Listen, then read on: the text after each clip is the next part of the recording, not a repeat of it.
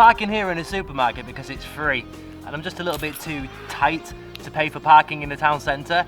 You only get 1 hour, but it should be long enough for me to do what I need to do. When we say that we're tight or tight-fisted as an adjective, it means we don't like spending money. And that's definitely a stereotype of people from Yorkshire. This is my favourite Indian takeaway place in Beverley. I love to come here for a Ruby Murray. Ruby Murray, that's slang for curry.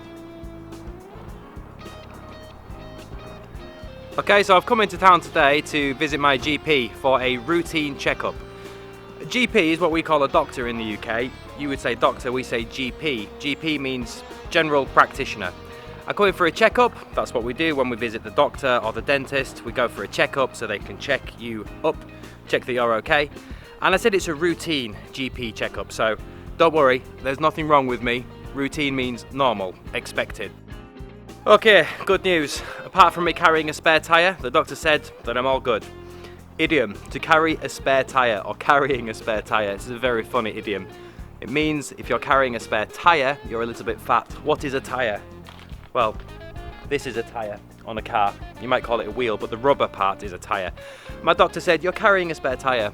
You could do to lose a little weight. We lose weight, so yeah. Otherwise, it's pretty good. There's a little thing wrong with me, so the doctor's given me this prescription as a noun. That's what happens in the UK.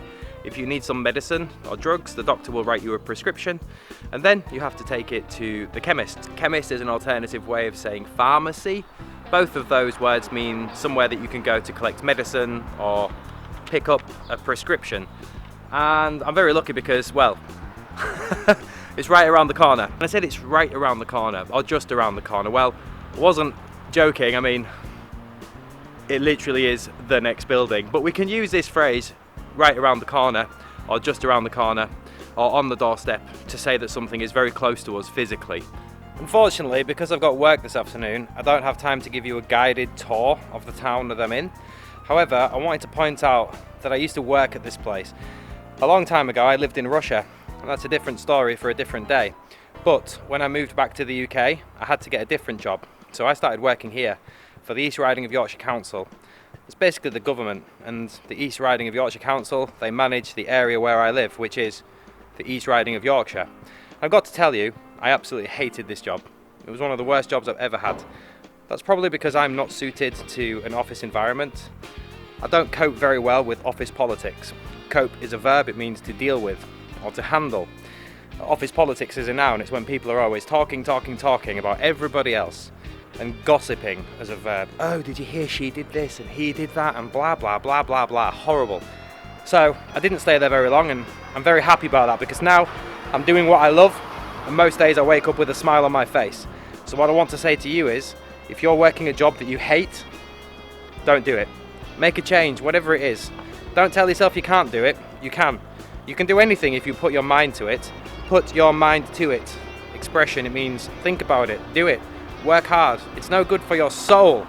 Soul is an abstract noun. Everybody has a soul. It's who we are. It's how we feel.